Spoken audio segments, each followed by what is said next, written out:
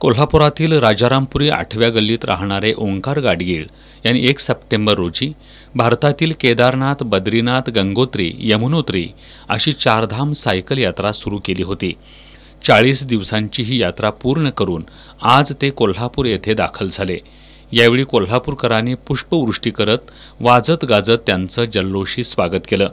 या मोहिमेतून त्यांनी अखंड भारत, बलशाली भारत हा संदेश दिला आहे। अनुभव छान होता।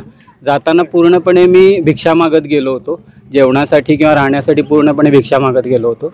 सगळ्यांनी मदत केली, भरपूर काही त्रास झाला नाही आणि देवाच्या आशीर्वादाने व्यवस्थित पूर्ण झालं। तुमचा संदेश काय होता या सायकल यात्रेत? याच्यामध्ये अखंड भारत आणि बलशाली भारत हा महत्त्वाचा संदेश आहे। अखंड भारत, जो भारत आपण आत्ता बघतोय तो खंडित झालेला भारत आहे आणि अखंड भारतामध्ये जे अफगाणिस्तान, हिंदुकुश पर्वतापासूनचा जो भाग आहे तो अखंड भारतामध्ये येतो।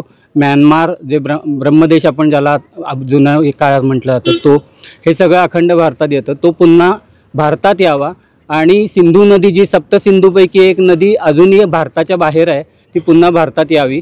आणि हे कधी शक्य आहे? जेव्हा आपला भारत बलशाली होईल त्यावेळेला हे शक्य आहे। तर अखंड भारत आणि बलशाली भारत हा संदेश आहे। ओंकार यांनी 3.5 महिन्यांची नर्मदा नदी पायी परिक्रमा यशस्वीरित्या पूर्ण केली होती। त्यांची पन्हाळा पावनखिंड मोहीम मागील 20 वर्षांपासून अखंडितपणे सुरू आहे।